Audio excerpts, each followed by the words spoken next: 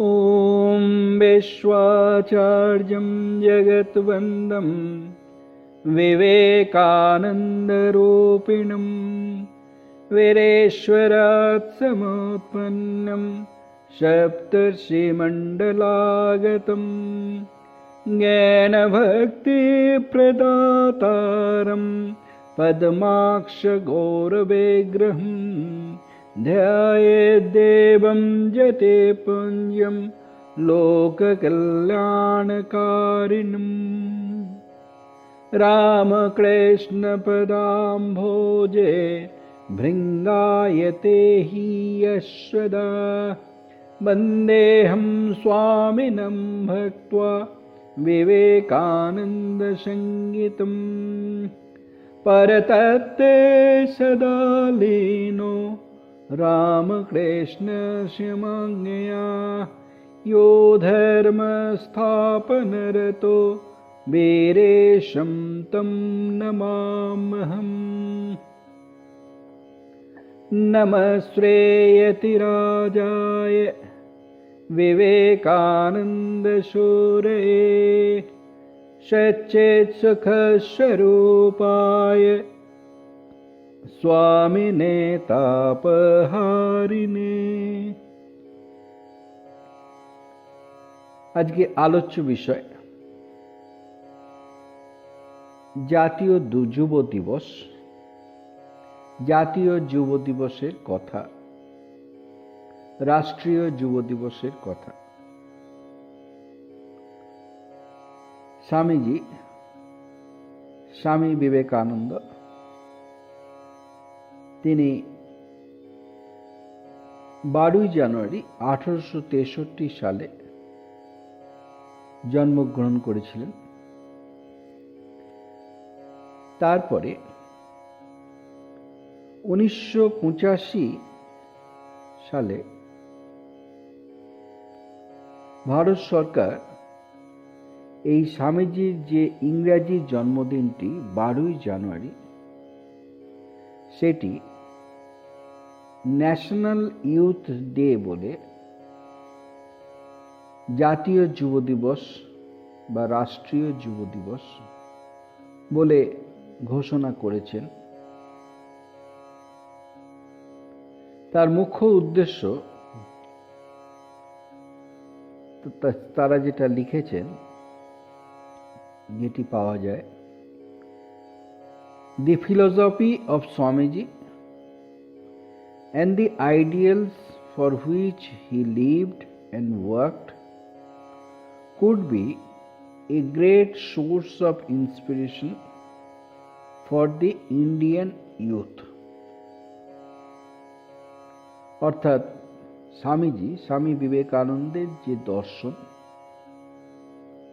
এবং আদর্শ, যার জন্য তিনি জীবনপাত করেছেন, যার জন্য তিনি কাজ করেছেন, যার জীবনটাই সেই আদর্শ স্বরূপ, the ideals for which he lived and worked, সেই স্বামীজির দর্শন আর আদর্শ, সেইটি ভারতীয় যুব সমাজের উপরে একটি অতি প্রেরণাদায়ী বা বিশেষ প্রেরণা যোগাবে, সেই কথাটি মাথায় রেখে 12 জানুয়ারি স্বামীজির যে ইংরেজি জন্মদিনটি, সেইটি ন্যাশনাল ইউথ ডে বলে ভারত সরকার ঘোষণা করেছিলেন।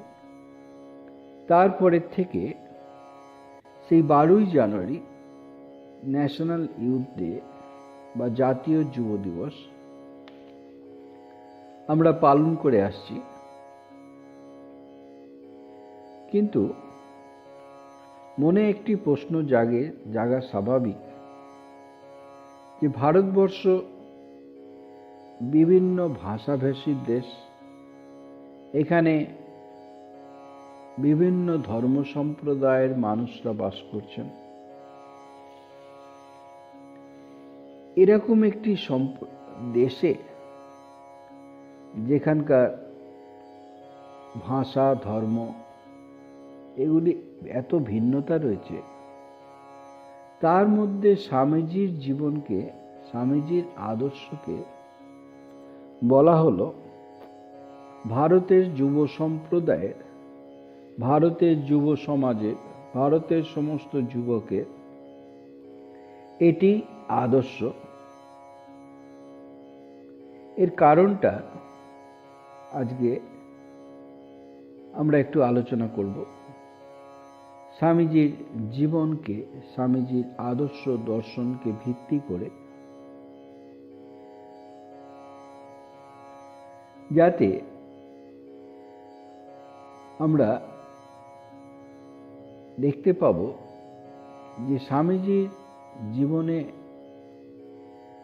এমন আদর্শগুলি রয়েছে যেটি জাতি, ধর্ম, বর্ণ নির্বিশেষে সকলেরই গ্রহণযোগ্য। এমনকি শুধু ভারতীয়দের জন্য নয়, পৃথিবীর সকলের জন্য, তাদের নিজের নিজের দেশের জন্য এই আদর্শগুলি গ্রহণযোগ্য। প্রথমেই আমরা পাই যেটি জীবনের সবথেকে মূল্যবান বস্তু, সেটি হচ্ছে স্বামীজির জীবনে আত্মসম্মানবোধ, বা আমাদের শাস্ত্রের ভাষায় যেটি আত্মশ্রদ্ধা, আত্মসম্মান, আত্মশ্রদ্ধা। এই শিক্ষাটি যখন স্বামীজি শিশু বয়সে মায়ের কাছে পাচ্ছেন, স্বামীজির উক্তিতে আছে, মা ভুবনেশ্বরী শিক্ষা দিচ্ছেন স্বামীজিকে যখন স্বামীজি শিশু অবস্থা, আজীবন পবিত্র থেকো, নিজের মর্যাদা রক্ষা করো, আর এবং কখনো অন্যের মর্যাদা লঙ্ঘন করো না। নিজের মর্যাদা রক্ষা করো এবং কখনো অন্যের মর্যাদা লঙ্ঘন করো না।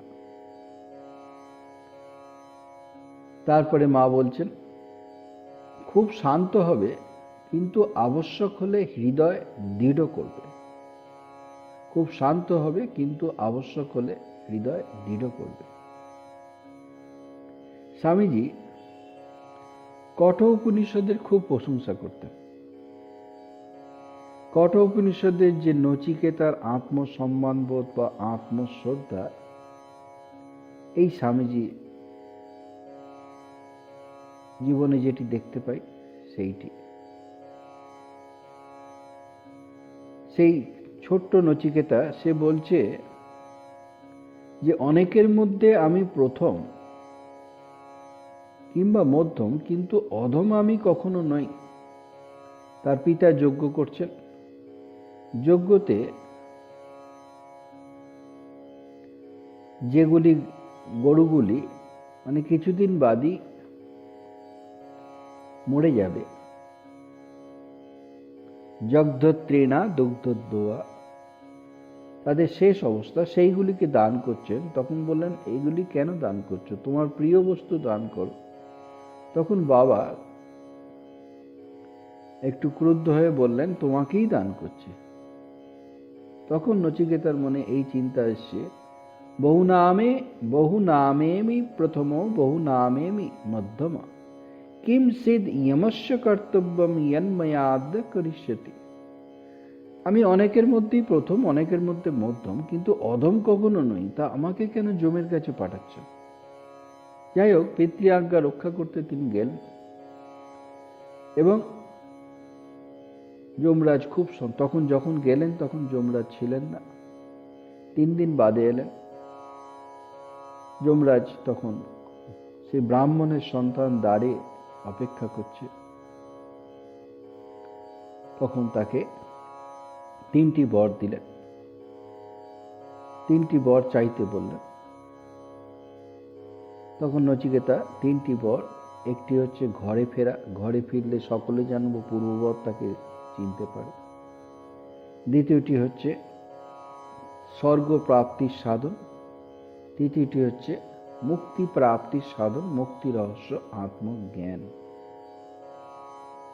স্বামীজি সেই জন্য নচিকেতার এই যে কাহিনী বা ঘটনা, এটি খুব বারবার বলেছেন, কঠোর উপনিষদের কথা বলেছেন। ছোটবেলা থেকেই সেই আত্মসম্মান বোধ।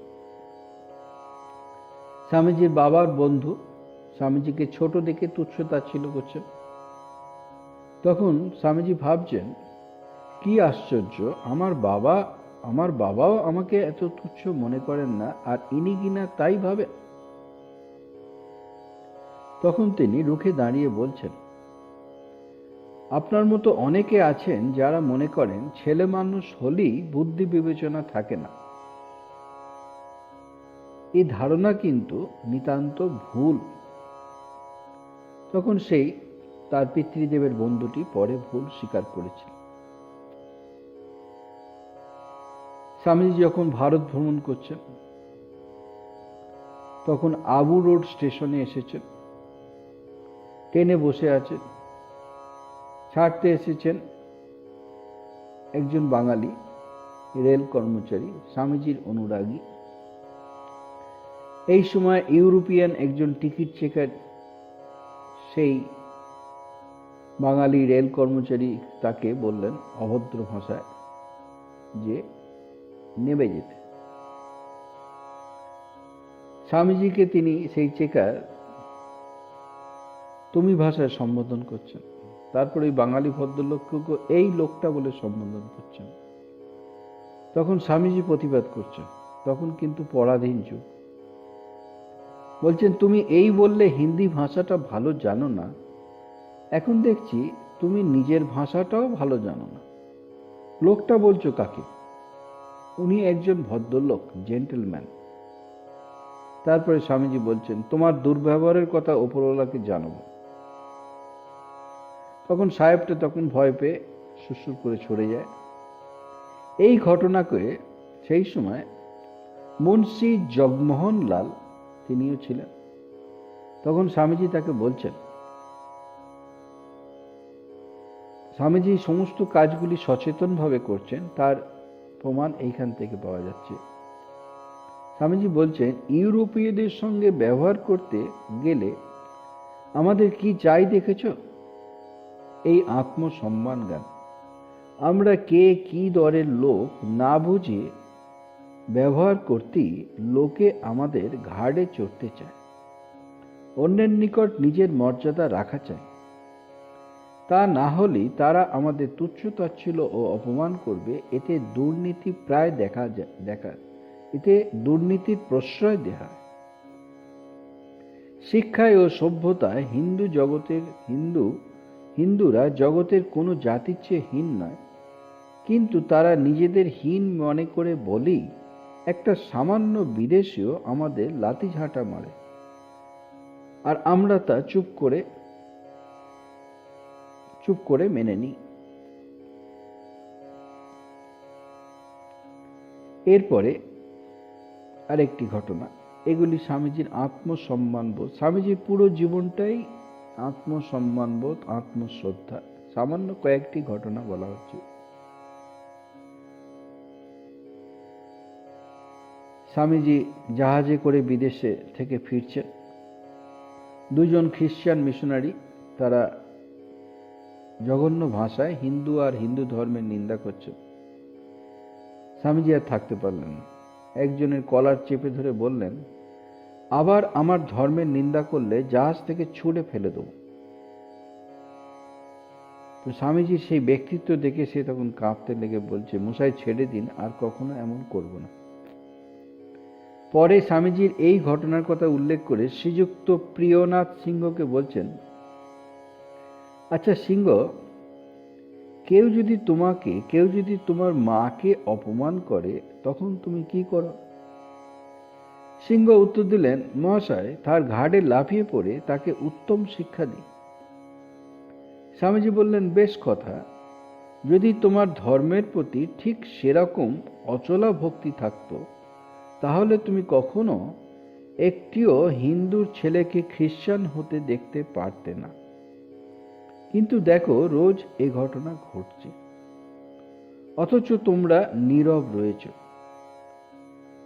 বাপু, তোমাদের বিশ্বাস করি, দেশের প্রতি মমতা করি। মুখের ওপর প্রতিদিন পাদ্রীরা তোমাদের ধর্মকে অজস্র গালিগালাজ করছে, কিন্তু কজন তার প্রতিবাদ চেষ্টা করো? তোমাদের মধ্যে কজনের রক্ত তাতে গরম হয়ে ওঠে? এর আগে আমরা দেখলাম কি মা স্বামীজিকে বলছেন, আজীবন পবিত্র থেকো, নিজের মর্যাদা রক্ষা করো এবং কখনো অন্যের মর্যাদা লঙ্ঘন করো না। অন্যের মর্যাদা লঙ্ঘন করো না। স্বামীজির জীবনে একটি ঘটনা পাই। তখন স্বামীজি আমেরিকাতে জগৎ বিখ্যাত হয়ে গেছেন, সুপ্রতিষ্ঠিত। সেই সময় স্বামীজির যে বর্ণ, সেই বর্ণ দেখে অনেকে তাকে নিগ্রো ভাবত। তখন তাকে সেই হোটেলে প্রবেশ করতে দিত না। তখন একজন বলছেন, কেন তিনি তার পরিচয় দেন না? উত্তরে বলেছিলেন, কি অপরকে ছোট করে আমি বড় হব? আমি তো সেই জন্য পৃথিবীতে আসিনি। অপরকে ছোট করে বড় হব না। অর্থাৎ তাতে যে অপরের মর্যাদা লঙ্ঘন হবে সেইটি। এরপরে এগুলি তো বলা যায় অনেক স্থূলভাবে, মানে স্থূল জগতের কথা। এরপরে সূক্ষ্ম জগতেও সেই যে আত্মশ্রদ্ধা, আত্মসম্মান, সেটি আমরা পাই। সেটি ভয়ঙ্কর সূক্ষ্ম জগৎ। সেখানে স্বামীজির গুরু রামকৃষ্ণ ঠাকুর তাকে পরীক্ষা করছেন।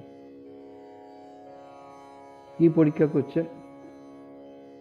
ঠাকুর বলছেন, পঞ্চবটী তলে বলছেন, দেখ, তপস্যার প্রভাবে আমাতে অনিমাদি বিভূতি সকল অনেক কাল হইতে উপস্থিত হইয়াছে, কিন্তু আমার ন্যায় ব্যক্তির, যার পরিধানের কাপড় পর্যন্ত ঠিক থাকে না, তাহার ওই সকল যথাযথ ব্যবহার করিবার অবসর কোথায়? তাই ভাবিতেছি মাকে বলিয়া তোকে ওইসব প্রদান করি, কারণ মা জানাইয়া দিয়েছেন তোকে তার অনেক কাজ করিতে হবে। ওই সকল শক্তি তোর ভিতরে সঞ্চারিত হইলে কার্যকালে ওই সকল ব্যবহারে লাগাইতে পারিবি।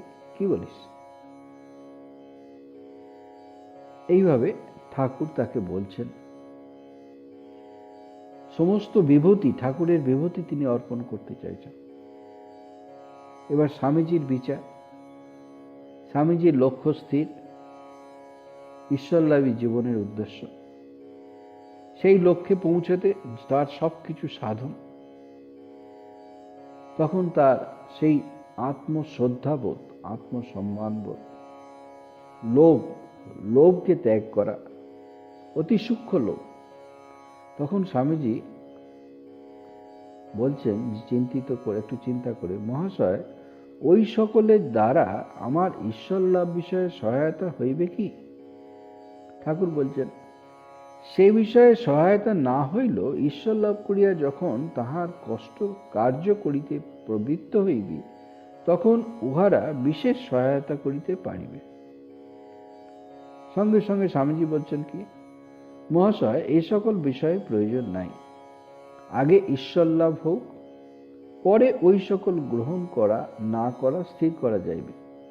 বিচিত্র বিভূতি সকল এখন লাভ করিয়া যদি উদ্দেশ্য ভুলিয়া যায় এবং স্বার্থপরতার প্রেরণায় উহাদিওকে অযথা ব্যবহার করিয়া বসি, তাহা হইলে সর্বনাশ হইবে। যে বলা বাহুল্য, ঠাকুর শুনে কিন্তু প্রসন্ন হচ্ছে।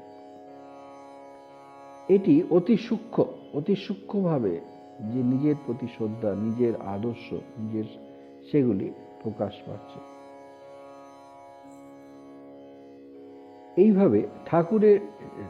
এইভাবে স্বামীজির পুরো জীবনটাই এই আত্মশ্রদ্ধা, আত্মসম্মান। নিজেকে কখনো ছোট করেননি। তারপরে এর সঙ্গে সঙ্গে আত্মসম্মান থাকলেই তার সাথে সাথে পৌরুষত্ব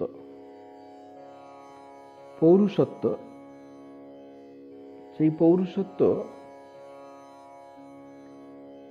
আত্মসম্মানটা, এই যে এর ভেতরে পৌরুষত্ব রয়েছে, কিন্তু সেটা যেন ভেতরের কথা, জগতে, অন্তর্জগতে। পৌরুষত্ব বহির্জগতে, সেই পৌরুষত্বে সে তার সেই ঘটনাগুলি ছোটবেলা থেকেই এর প্রকাশ আছে। ছোটবেলা থেকে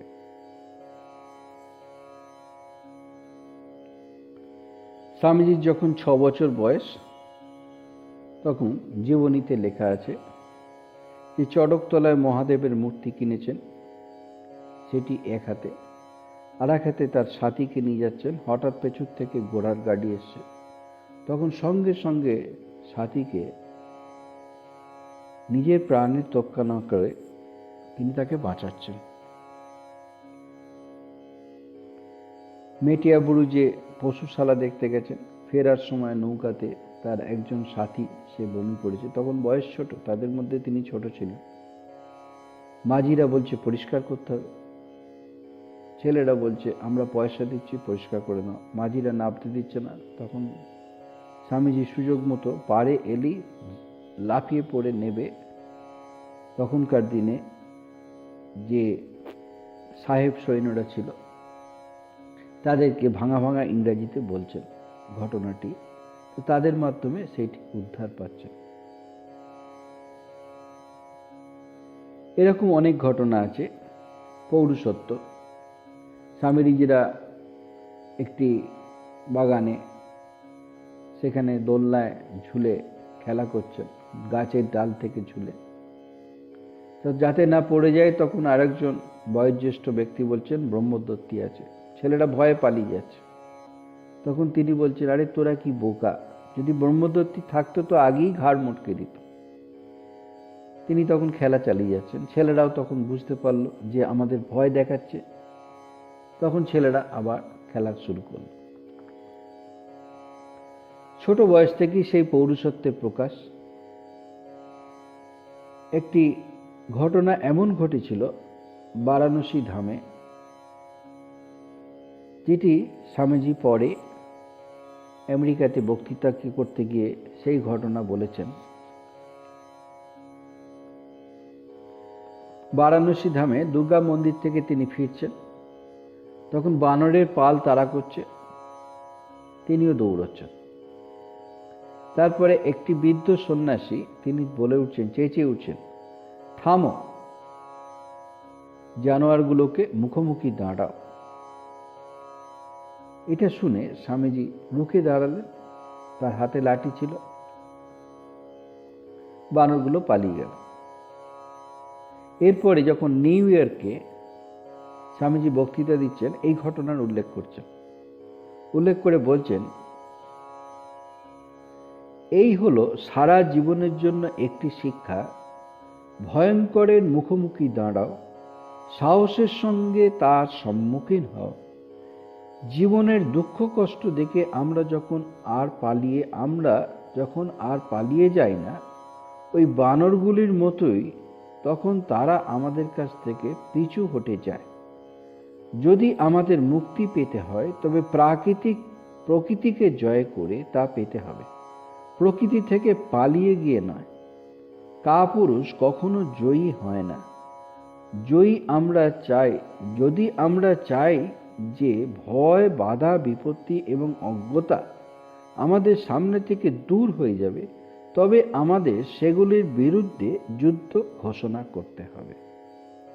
এই হচ্ছে স্বামীজির পৌরুষত্ব, এবং সারা জীবনটাই এরকম। সারা জীবনে এরকম আমাদের যুদ্ধ, ভেতরে এবং বাইরে নানা কাজে যুদ্ধ, ভেতরের সংগ্রাম, নিজেকে উন্নত করার সংগ্রাম, সেই পৌরুষত্ব বা ম্যানলিনেস। স্বামীজি তাকে ম্যানলিনেস বলছেন। স্বামীজি বলছেন, the older I grow, the more everything seems to me to lie in the manliness. This is my new gospel. The older I grow, the more everything seems to me to lie in the manliness. This is my new gospel. যত বড় হচ্ছি, যত অভিজ্ঞতা হচ্ছে, ততই দেখছি যে পৌরুষত্ব, এই পৌরুষত্বই সব। এটি স্বামীজির উপদেশ। স্বামীজি বলছেন কি, যখন লাইফ, জীবনের যখন সংজ্ঞা দিচ্ছেন, life is a challenge against nature.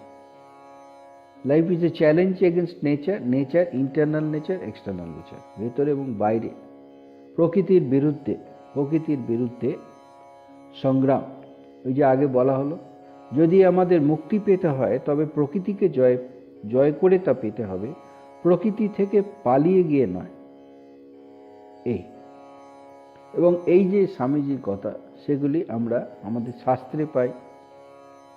মুন্ডকে উপনিষদে আছে, একদম সরাসরি বলা আছে, না অয়ম আত্মা বলহীনেন লভ্য, না অয়ম আত্মা বলহীনেন লভ্য। আত্মজ্ঞান সেইটি দুর্বল ব্যক্তি জানতে পারে না। দুর্বল ব্যক্তি অর্থাৎ যে কিনা, যার চরিত্র,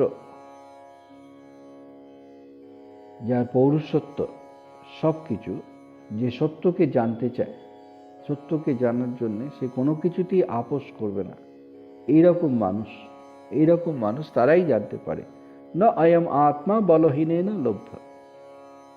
কেন উপনিষদে আছে, আত্মনা বিন্দতে বীয়ম বিদ্যয়া বিন্দতে অমৃতম। আত্মনা বিন্দতে বীর্যম বিদ্যয়া বিন্দতে অমৃতম। আত্মজ্ঞানের দ্বারা মানুষ শক্তি অর্জন করে, নিজের প্রতি শ্রদ্ধা, নিজের প্রতি উচ্চ ধারণা। আমাদের যে মন্ত্রে আছে, অহম ব্রহ্মাস্মি, অহম ব্রহ্মাস্মি, আমি সেই ব্রহ্ম। যার যত তীব্র সেই ধারণা, যার যত তীব্র বিশ্বাস, তার তত বেশি উন্নতি। সেই হচ্ছে আত্মজ্ঞানের দ্বারা মানুষ শক্তি অর্জন করে। প্রকৃত জ্ঞান লাভ করলে মানুষ অমৃত লাভ করে, ফলে মুক্তি লাভ ঘটে। স্বামীজির যে বাণীগুলি আছে, stand on your own feet, Swamiji বলছেন, believe in yourself, be bold and fearless, expand your heart, develop a gigantic will। এই সব কিছু, সব সেই পৌরুষত্ব, যা এই সমস্ত বাণীর মধ্যে স্বামীজির জীবন, স্বামীজির আদর্শ, স্বামীজির দর্শন, সেইগুলি প্রকাশ পাচ্ছে। স্বামীজি এসেছেন পরাধীন ভারতে।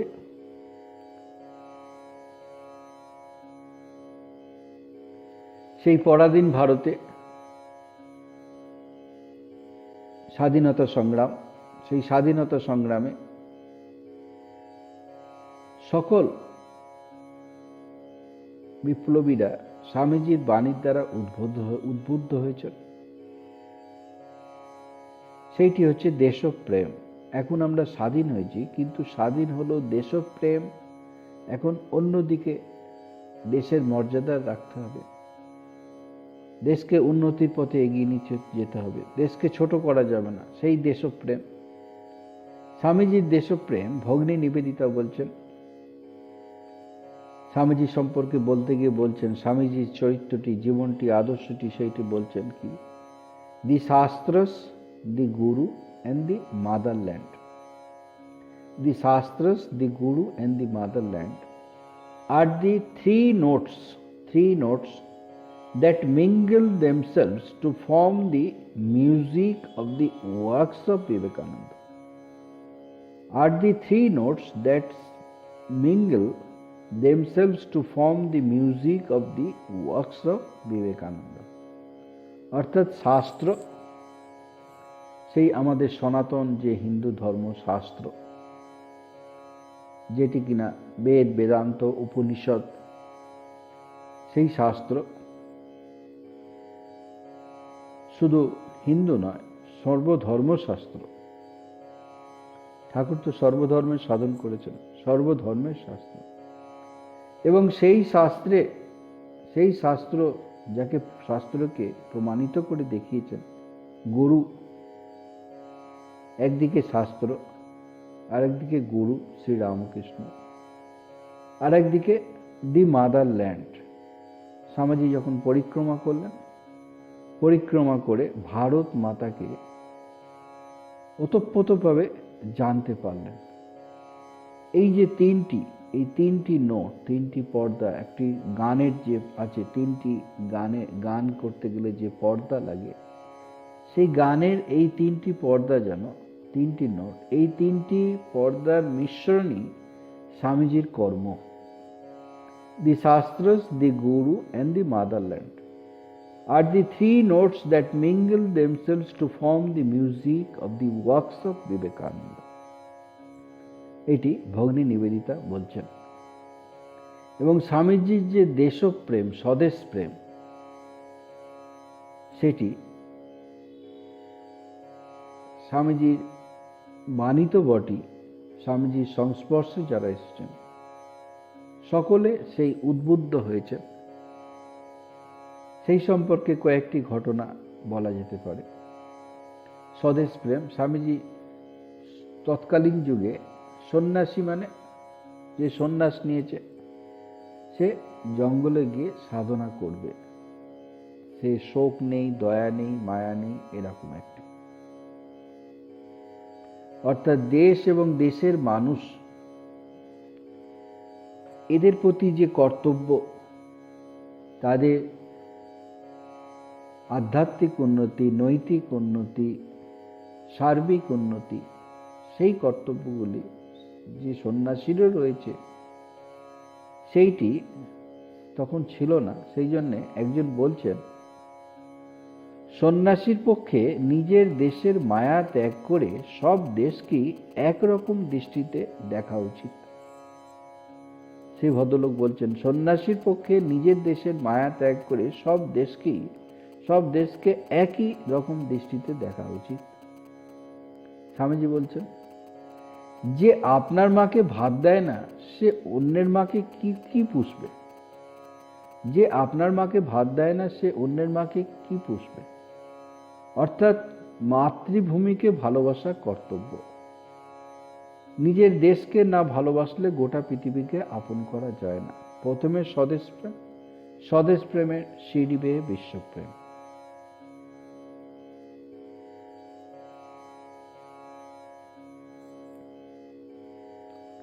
স্বামীজি আমেরিকায় গিয়ে শিকাগো ধর্মসভায় বক্তৃতার পরে জগৎ বিখ্যাত হয়ে গেছেন। তখন তার জন্য রাজকীয় আয়োজন, রাজকীয় রাজপ্রসাদে তার থাকার ব্যবস্থা। সেই সময় স্বামীজির মনোভাব কি? সেই রাজকীয় শয্যা তার কাছে কাঁটার মতো মনে হলো। তিনি বিছানা ছেড়ে মাটিতে শুয়ে পড়লেন, কান্নায় ভেঙে পড়লেন। মা, আমার দেশ যখন চরম দারিদ্র্যে ডুবে আছে তখন মান যশের আকাঙ্ক্ষা কে করে? আমরা ভারতীয়রা কি গরিব, কি দুর্দশার মধ্যেই আমরা এসে পড়েছি। এক মুঠো ভাতের অভাবে আমাদের লক্ষ লক্ষ মানুষ মারা যায়, আর এদেশের লোকেরা ব্যক্তিগত স্বাচ্ছন্দ্যের জন্য লক্ষ লক্ষ টাকা খরচ করে। ভারতের জনসাধারণকে কে উঠাবে? কে তাকে মুখে অন্ন দেবে? মা, দেখিয়ে দাও কিভাবে আমি তাদের সেবা করতে পারি। এই হচ্ছে স্বামীজির মন, স্বামীজির দেশপ্রেম, স্বদেশ প্রেম। আরেকটি ঘটনা বেলুড় মঠে। বিজ্ঞানানন্দজি, তিনি স্বামীজি যাকে পেশন বলে ডাকতেন, তিনি মাঝরাত্রে উঠে দেখছেন স্বামীজির ঘর থেকে কান্নার শব্দ। ঘরে গিয়ে কারণ জিজ্ঞাসা করলেন, শরীর খারাপ হয়েছে কিনা। তখন স্বামীজি চমকিত হয়ে উত্তর দিচ্ছেন, কে, পেশন? আমি ভেবেছিলাম তোরা সবাই ঘুমিয়ে পড়েছিস, শরীর খারাপ হয়নি। দেশের দুঃখ দৈন্য দুর্দশার কথা ভেবে ভেবে আমি ঘুমোতে পারছি না, মনটা বেদনায় ছটফট করছে। তাই ঠাকুরের কাছে প্রার্থনা করছি, এদেশে সুদিন আসুক, দুর্দিন চলে যাক। সকলের অজান্তে স্বামীজির এই কান্না। এরপরে দেখি আরেকটি ঘটনা। বিদেশ থেকে ফেরার সময় একজন ইংরেজ বন্ধু স্বামীজিকে জিজ্ঞাসা করেছিলেন যে পাশ্চাত্যে বিলাস বৈভবের মধ্যে 4 বছর থেকে এখন মাতৃভূমি ভারতবর্ষ কেমন মনে হচ্ছে? তখন স্বামীজি উত্তরে বলছেন, বিদেশে আসবার আগে আমি ভারতবর্ষকে ভালোবাসতাম, কিন্তু এখন মনে হচ্ছে ভারতের প্রতিটি ধূলিকণা আমার কাছে পবিত্র, ভারতের বাতাস আমার কাছে পবিত্র, ভারত আমার পুণ্যভূমি, আমার তীর্থস্থান। এটি শুধু কথার কথা নয়, তখন তিনি যেন আবিষ্কার করছেন যে আধ্যাত্মিকতার শীর্ষে সেই ভারত। বলেছেন জীবনের শেষ যখন মুক্তি, তাকে ভারতবর্ষেই আসতে হবে, অর্থাৎ ভারতের ভাব নিতে হবে। তো সেই দৃষ্টিতে যখন সেই আধ্যাত্মিক, যেটি কিনা জীবন ঈশ্বর লাভই জীবনের উদ্দেশ্য, যখন জগৎকে দেখছেন, সমস্ত জগতে যেখানে সেই ব্যাপারে যেন দুর্ভিক্ষ, সেইটি রয়েছে ভারতবর্ষে জলজল করে। তাই বলছেন এখন মনে হচ্ছে ভারতের প্রতিটি ধূলিকণা আমার কাছে পবিত্র, ভারতের বাতাস আমার কাছে পবিত্র, ভারত আমার পুণ্যভূমি, আমার তীর্থস্থান। দার্জিলিং থেকে স্বামীজি মিস ম্যাকলাউডকে লিখছেন, সেটি দার্জিলিং থেকে লিখছেন 1898 ঘটনা।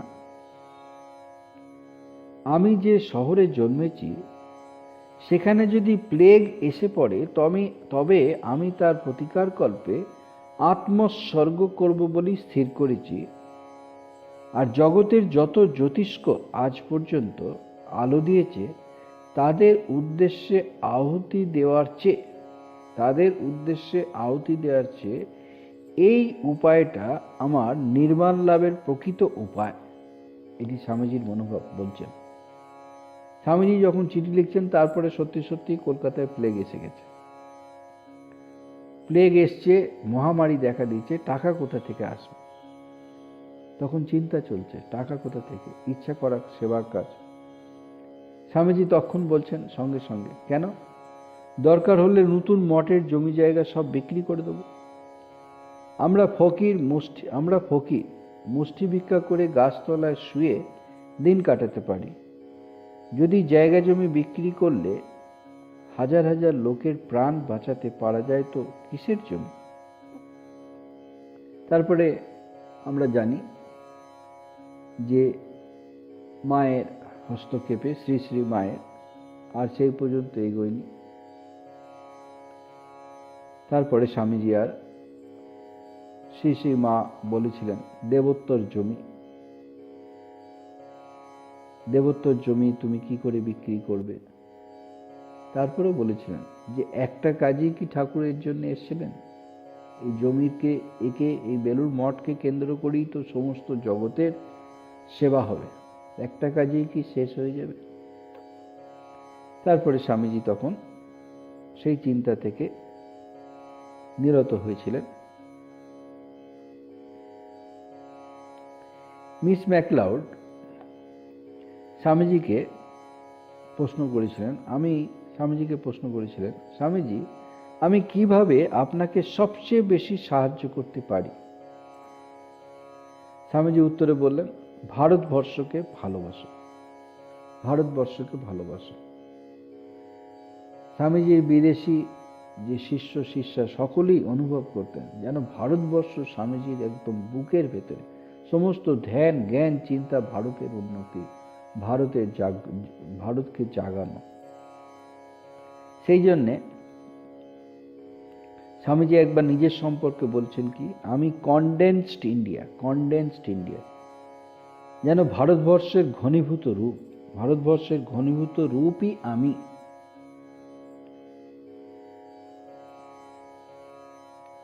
ভারতবর্ষের ঘনীভূত রূপই আমি, সেইটি নিবেদিতা বলছেন সুন্দরভাবে। ভারতবর্ষ ছিল স্বামীজির গভীরতম আবেগের কেন্দ্র। ভারতবর্ষ নিত্য স্পন্দিত হতো তার বুকের মধ্যে, প্রধ্বনিত হতো তার ধমনীতে। ভারতবর্ষ ছিল তার দিবাস্বপ্ন, ভারতবর্ষ ছিল তার নিশীথের দুঃস্বপ্ন। শুধু তাই না, তিনি নিজেই হয়ে গিয়েছিলেন ভারতবর্ষ, রক্তে মাংসে গড়া ভারত প্রতিমা। ভারতের আধ্যাত্মিকতা, তার পবিত্রতা, তার প্রজ্ঞা, তার শক্তি, তার স্বপ্ন এবং তার ভবিষ্যৎ সবকিছুই তিনি ছিলেন প্রতীক পুরুষ। এইভাবে নিবেদিতা স্বামীজির জীবনকে এইভাবে ব্যাখ্যা করছেন। রবীন্দ্রনাথ রোমালোলাকে বলেছেন, যদি ভারতবর্ষকে জানতে চাও, বিবেকানন্দ পড়ো। এবং সেই বিবেকানন্দকে পড়ো, তার পরবর্তী যুগে আমাদের যত স্বাধীনতা সংগ্রামী, শ্রী অরবিন্দ, বাল গঙ্গাধর তিলক, মহাত্মা গান্ধী, জওহরলাল নেহরু, নেতাজি সুভাষচন্দ্র বোস, বিনোবা ভাবে, সকলে স্বামীজির দ্বারা প্রভাবিত। তারা নিজ বাক্যে স্বীকার করে গেছে, সকলে। এই হচ্ছে স্বামীজির দেশপ্রেম থেকে। স্বামীজির জীবন এমন, যার যেটি দরকার সেই জীবন থেকে পেয়ে যাচ্ছে। কেউ যদি আধ্যাত্মিক উন্নতি, কারুর দেশপ্রেম, দেশের উন্নতি, যার যেমনটি ত্যাগের মাধ্যমে দেশের সেবা, যার যেমনটি এত বিশাল জীবন, যার যেদিকে বৃত্তি রয়েছে, সেটি যেন সেটাকে উন্মুক্ত করে দিচ্ছে, ওই বৃত্তির দ্বারটি উন্মুক্ত করে দিয়ে সেই তার পথেই তাকে মুক্তি দেখাচ্ছে।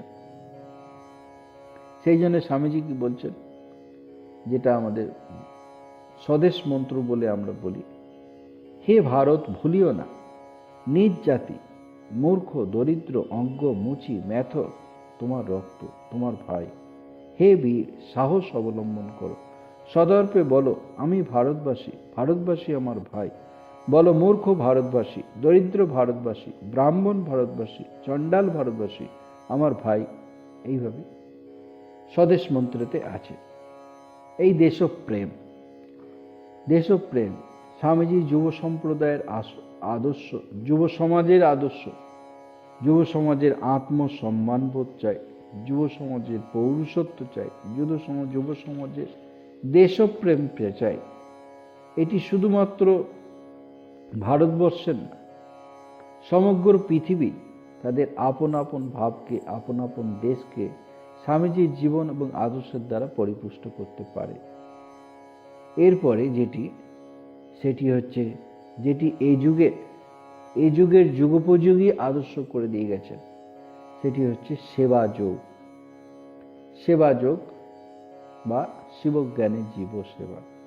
সেই সেবাযোগ, এখন যারা বলে সমাজসেবী যারা সমাজের সেবা করছেন, তারাও আধ্যাত্মিক পথে উন্নতি করবেন যদি তাদের দৃষ্টিভঙ্গি পরিবর্তন হয়।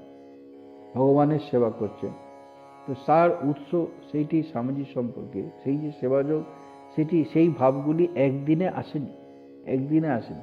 ছোটবেলায় একটি ঘটনা আছে, যখন স্বামীজি বাবা, সেই মহেন্দ্রনাথ দত্ত সম্পর্কে স্বামীজির ভাই বলছেন, ভুল বললাম, স্বামীজির বাবা বিশ্বনাথ দত্ত সম্পর্কে মহেন্দ্রনাথ দত্ত বলছেন স্বামীজির ভাই, যে গরিব দুঃখীকে দান করা তাহার অর্থাৎ বাবার যেন একটা ব্যায়ামও ছিল, যে যা চাইতেন দিয়ে দিতেন। এটি স্বামীজির ভাই মহেন্দ্রনাথ দত্ত বাবা বিশ্বনাথ দত্ত সম্পর্কে বলছেন, গরিব দুঃখীকে দান করা তাহার অর্থাৎ বাবার যেন একটা ব্যায়ামও ছিল। তো স্বামীজি তখন মনে হতো এই দানটি যেন অপব্যবহার হচ্ছে, তাই বাবাকে বলতেন যে এই দানটা যেন ঠিক না, এই দানের অপব্যবহার হচ্ছে, এই বলে প্রশ্ন তুলতেন। তখন বিশ্বনাথ দত্ত বলছেন কি, জীবনটা যে কত দুঃখের তা তুই এখন কি বুঝবি? যখন বুঝতে পারবি তখন এই দুঃখের হাত থেকে ক্ষণিক নিস্তার লাভের জন্য যারা নেশা ভাঙ করে তাদের পর্যন্ত দয়ার চোখে দেখবি। এই সেবা যোগের কিন্তু এই ভাবটি কিন্তু প্রথমে বাবার কাছ থেকেই এসে গেছে। বাল্যকালে বা স্বামীজি যখন যুবক বা স্কুলের ছাত্র সেই সময় ঘটনা, যে বিশ্বনাথ দত্ত বলছেন জীবনটা যে কত দুঃখের তা তুই এখন কি বুঝবি?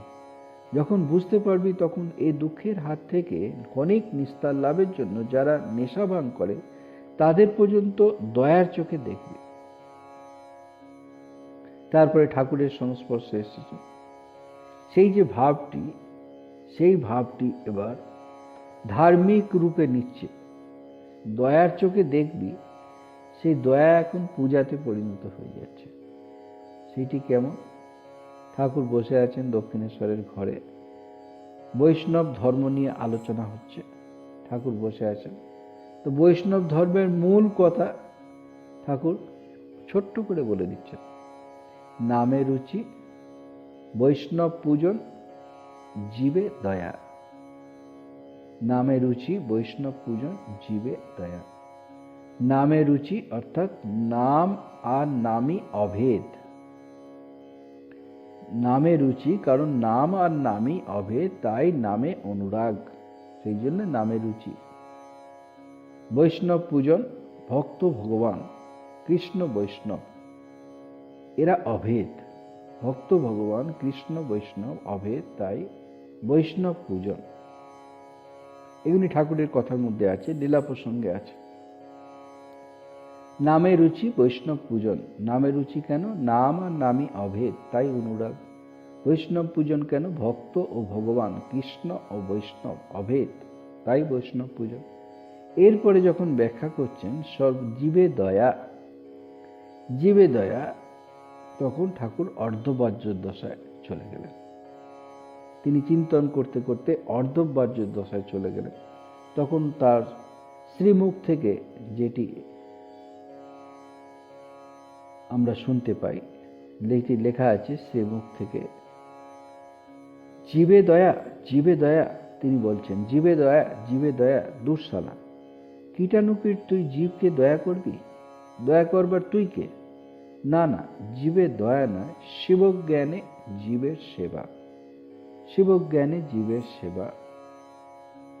তারপরে লীলা প্রসঙ্গে স্বামী শারদানন্দজি বলছেন, এটি যেন সবাই সাধারণভাবে শুনল, কিন্তু স্বামীজি সেখান থেকে এমন একটি আলো পেলেন যে আলোটি একদম যুগোপযোগী, এবং এই হচ্ছে শিবজ্ঞানে জীব সেবা।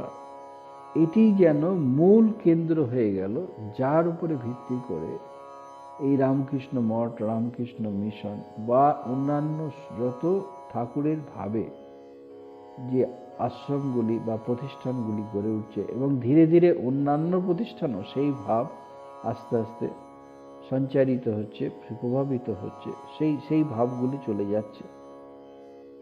সেইটি কি? এরপরে যখন স্বামীজি সেইটি দেখতে পাচ্ছেন, তখন স্বামীজি বলছেন কি, স্বামীজি দেখতে পেলেন যে একটা অদ্ভুত এই আলো, যার মধ্যে জগৎকে আলোড়ন করে দেয়া যায়। তিনি বলছেন কি, বনের বেদান্তকে ঘরে আনা যায়, বনের বেদান্তকে ঘরে আনা যায়।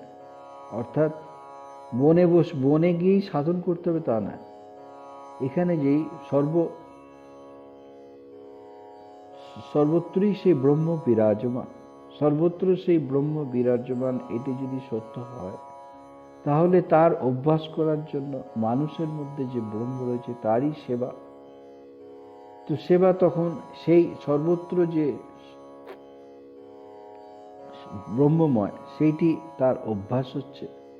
এভাবে বলছেন বনের বেদান্তকে ঘরে আনা যায়। ভক্ত ঈশ্বর জ্ঞানে, যে ভক্ত অর্থাৎ জ্ঞানযোগের এই শিবজ্ঞানে জীব সেবায়। ভক্ত ঈশ্বর জ্ঞানে জীব সেবায় কৃতার্থ হবে। ভক্ত ঈশ্বর জ্ঞানে, ওই যে ভক্ত পূজন, ভক্ত ঈশ্বর জ্ঞানে জীব সেবায় কৃতার্থ হবে। ভক্ত পূজন নয়, ভক্তকেই ঈশ্বর ভাবে, জীবকেই ঈশ্বর ভাবে, তো ঈশ্বর জ্ঞানে জীবের কৃতার্থ। কর্মযোগী, রাজযোগী, তারাও এই শিবজ্ঞানে জীব সেবা করে তাদের লক্ষ্যে পৌঁছচ্ছে। কর্মযোগী, নিষ্কাম কর্ম তো বটেই, কিন্তু নিষ্কাম কর্ম যেন শুষ্ক, তার সঙ্গে যদি সেটি পূজারূপে হয় তাতে আনন্দ আছে, তাতে আধ্যাত্মিক উন্নতি আছে। এইভাবে কর্মযোগ, রাজযোগ, রাজযোগে যিনি রাজযোগী তিনি পরমাত্ম দর্শনের জন্য তিনি সাধন করছেন। তো সর্বভূতে সেই আত্মা বিরাজমান, সকলের সেবায় তার মনের সেই আত্মজ্ঞানের বিকাশ হবে, চিত্ত শুদ্ধ হবে। তাই স্বামীজি বলে উঠছেন, ভগবান যদি কখনো দিন দেন তো আজ যাহা শুনিলাম, এই অদ্ভুত সত্য সংসারে সর্বত্র প্রচার করিব। পণ্ডিত, মূর্খ, ধনী, দরিদ্র, ব্রাহ্মণ, চণ্ডাল সকলকে শুনাইয়া মোহিত করিব। এটি স্বামীজি বুঝতে পেরেছিলেন, সেই দিনই বলেছেন, ভগবান যদি কখনো এ দিন দেন তো আজ যাহা শুনিলাম, এই অদ্ভুত সত্য সংসারে সর্বত্র প্রচার করিব। পণ্ডিত, মূর্খ, ধনী, দরিদ্র, ব্রাহ্মণ, চণ্ডাল সকলকে শুনাইয়া মোহিত করিব। এই অর্থাৎ সেইটি আমাদের এখন শিবজ্ঞানে জীবসেবা। শিবজ্ঞানে জীবসেবা ঠাকুরের যে ভাবানুরাগী যত সংস্থাগুলি রয়েছে, ঠাকুরের ভক্তরা সকলের মধ্যে এই ভাবটি আস্তে আস্তে ঢুকে যাচ্ছে। শুধু সমস্ত প্রতিষ্ঠানের ভেতরেই এটি ঢুকে যাচ্ছে, সমস্ত প্রতিষ্ঠানের ভেতরে এই শিবজ্ঞানের জীবসেবা। এরপরে এই জন্য স্বামীজি কি এখন সন্ন্যাসীর উপরে এই কর্তব্য স্বামীজির শিবজ্ঞানের জীবসেবা। তখন স্বামীজি সেই জন্য স্বামীজির উক্তির মধ্যে আমরা পাচ্ছি কি, যে সন্ন্যাসীর মনে অপরের কল্যাণ করার ইচ্ছা নেই, যে সন্ন্যাসীর মনে অপরের কল্যাণ করার ইচ্ছা নেই, সে সন্ন্যাসীই নয়। আবার বলছেন, বহুজন হিতায় বহুজন সুখায় সন্ন্যাসীর জন্ম। বহুজন হিতায় বহুজন সুখায় সন্ন্যাসীর জন্ম।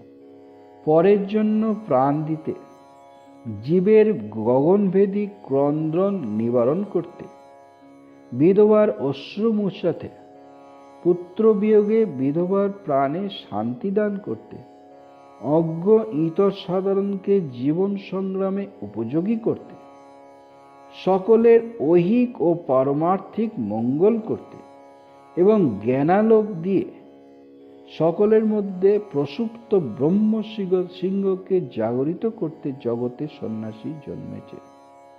সব সন্ন্যাসীর উপর দায় দিয়ে দিয়েছে। বহুজন হিতায় বহুজন সুখায়। আমরা এখন যে বলি যে সেবা কাজ, ত্রাণ কার্য, এই যে উক্তিটি, এর মধ্যেই সবকিছু রয়েছে। সেবা কাজ, ত্রাণ, তারপরে যে স্বাস্থ্য,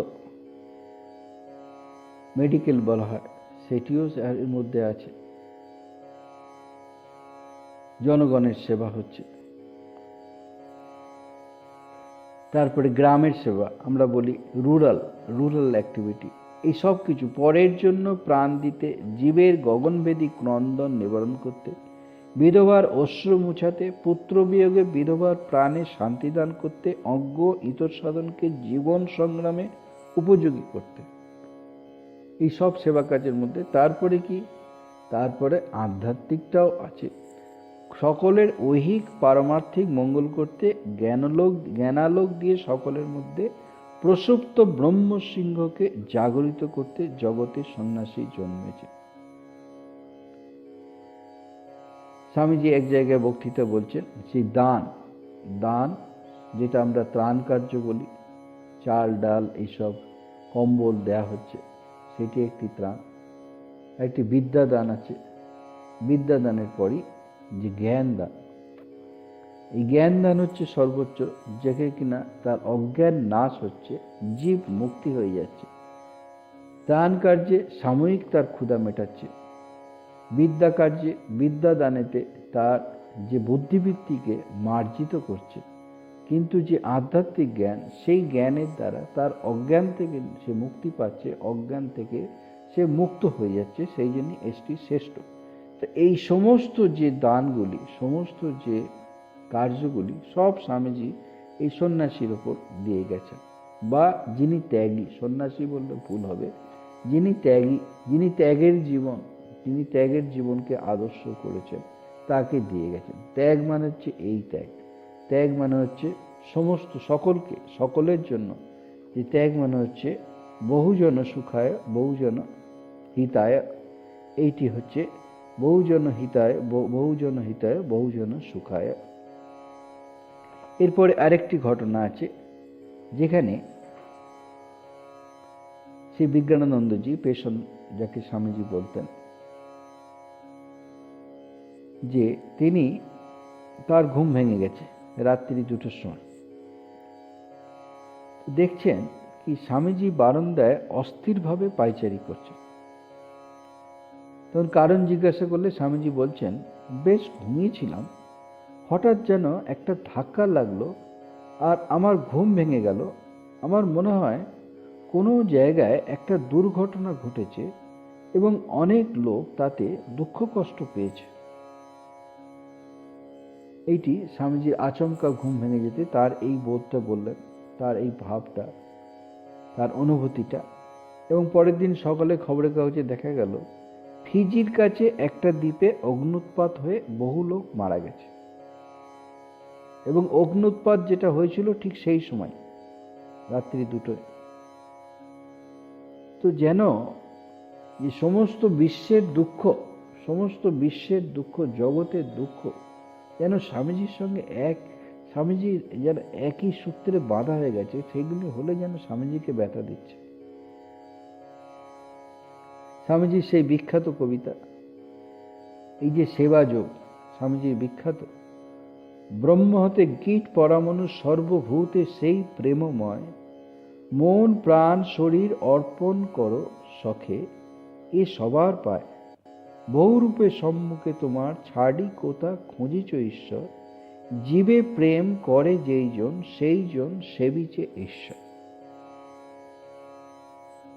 আমরা স্বামীজির জীবনে এই যে গুণগুলি দেখলাম, আত্মসম্মানবোধ বা আত্মশ্রদ্ধা, পৌরুষত্ব বা ম্যানলিনেস, দেশপ্রেম বা স্বদেশ প্রেম, এবং সেবা যোগ, সেবা, পরসেবা, বহুজন হিতায় বহুজন সুখায়। প্রতিটি দেশের আদর্শ নাগরিক হতে গেলে এইগুলি অত্যন্ত মুখ্য, বা অন্যভাবে বলা যায়, প্রতিটি দেশের আদর্শ নাগরিকদের জীবনধারা যদি আমরা বিচার করে দেখি, যে তারা সকলের আদর্শ রূপে হয়ে আছে, তাদের ক্ষেত্রে আত্মসম্মান বোধ আছে, পৌরুষত্ব আছে, দেশপ্রেম আছে এবং পরসেবা আছে। সেগুলির ভাব যেমনভাবেই হোক না কেন, এই গুণগুলি আছে। স্বামীজির জীবনে এই গুণগুলি এমনভাবে আছে যেন স্বামীজির জীবনটাই হচ্ছে এরকম। আত্মসম্মানবোধ শুধু এইটুকুই, এটাই স্বামীজির জীবন। পৌরুষত্ব, এটাই স্বামীজির জীবন। দেশপ্রেম, এটাই স্বামীজির জীবন। বা শিবজ্ঞানে জীবসেবা, এইটি এক একটি গুণ যেন শতভাগভাবে জীবনটাকে নিয়ে আছে, এত প্রকট হয়ে আছে।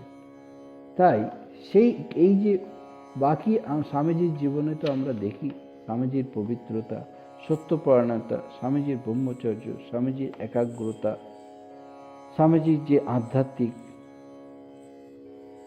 অনুভূতি, স্বামীজির ব্রহ্মচর্য, এগুলিতে সব আছেই। কিন্তু সাধারণভাবে একটি আদর্শ, যে শুধু ভারতবর্ষ না, যে কোনো দেশে আদর্শ নাগরিক হলে এগুলি অত্যন্ত দরকার। একটি হচ্ছে আত্মসম্মানবোধ, পৌরুষত্ব, দেশপ্রেম এবং সেবা, অপরের সেবা। এই জন্যই এইসবের দিকে দৃষ্টি রেখে যে স্বামীজির জীবনটি, স্বামীজির জীবন এবং আদর্শ, স্বামীজির জীবন এবং আদর্শ হচ্ছে যুব সমাজের আদর্শ। যে বলা হলো ন্যাশনাল ইউথ ডে জাতীয় যুব দিবস, দি পারপাসটা অর্থাৎ উদ্দেশ্য হচ্ছে কেন স্বামীজির জীবন এই 12ই জানুয়ারিকে যে জাতীয় যুব দিবস বলে 1985 সালে ঘোষিত করা হয়েছিল, সেখানে বলা হচ্ছে the philosophy of Swamiji and the ideals for which he lived and worked could be a great source of inspiration for the Indian youth. এই যে চারটি গুণ আমরা যে আলোচনা করলাম, স্বামীজি এমন একটা ব্যক্তিত্ব যার যেদিকে ভাব সেই দিকেই আসছে, সেখানে মানে অনন্ত ব্যক্তিত্ব, সেখানে সবাই সেখান থেকে খোরাক পাচ্ছে। কিন্তু যুব সম্প্রদায়ের জন্য যে চারটি যে গুণ বলা হলো, এটি জাতি ধর্ম বর্ণ নির্বিশেষে সকলেই এটি গ্রহণ করতে পারে, স্বামীজির জীবন থেকে তারা উদ্দীপ্ত হবে, এই আশা রেখে 12ই জানুয়ারিটি স্বামীজি যে জন্মদিন, ইংরেজি জন্মদিন, সেটিকে জাতীয় যুব দিবস হিসেবে গ্রহণ করা হয়েছে। ওম শান্তি শান্তি শান্তি হরে ওম তৎসৎ। श्री रामकृष्णार्पणमस्तु। जय श्री गुरु महाराज की जय। जय महामाई की जय। जय स्वामी जी महाराज की जय। जय गंगा माई की जय। जय भारत माता की जय।